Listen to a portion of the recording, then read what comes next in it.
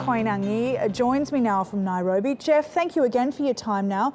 Over 1,200 people died, dead, 600,000 displaced. Now this mistrial of a very high-profile case. What's next after all of this? Well, what's next, Sally, is first of all, celebrations are happening right now as we speak in the town of Eldoret. By the way, that was the epicenter of most of the violence during 2007, 2008. But that is where both the Deputy President, William Ruto, and radio journalist Joshua Arap come from. They are celebrating, they're saying from the beginning, this trial was political. These were not the right names. In fact, they said it was the right trial, but the wrong suspects. As you know, Sally, the president himself was implicated in these post-election violence. He was at The Hague, but his trial was also declared a mistrial last year. So now, out of 6 original suspects, there are no more, and they're all free to go. And Jeff, I mean, you speak of these celebrations. For people who perhaps don't understand the nature of these two personalities in this high-profile case and the cultural significance, can you just give us an indication as to why people are so supportive of Ruto and Sang? Yep. They're very supportive of them. First of all, William Ruto is the deputy president, so he's basically the second most powerful man in Kenya.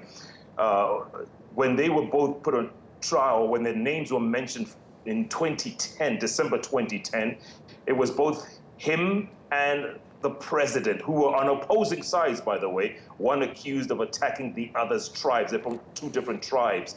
And then they came together and they declared their intention to run for office. They won the election in 2013 and have been a unit. These 2 tribal folks have formed a unity amongst them.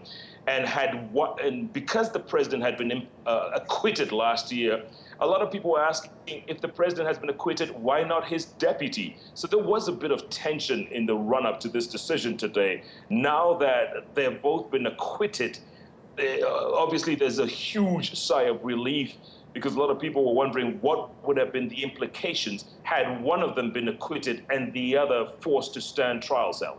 Right, and from what I understand, the anti-ICC campaign that was quite evident in this case, was this more of a push perhaps towards the nationalism of Kenya? Well, we hope so in the end, Sally. That is the hope of most people, that this trial, these events have brought this nation together, a nation that was so divided 8 years ago during that horrific post-election violence where you mentioned more than 1,200 people were killed and more than 500,000 displaced. We hope that this will unify the nation. This will make people more patriotic, because a lot of critics were saying that from the start, this trial was political. 6 names picked out of a hat, dragged all the way to the ICC in The Hague and forced to be part of this trial. So with these acquittals now, hopefully we can move on. Obviously, it's going to be more difficult for the victims of the violence that occurred. But at the end of the day, if the country can unify and move forward, well, that's what everyone hopes. All right, Jeff, thank you very much for that. That's Jeff Koinange from Nairobi there.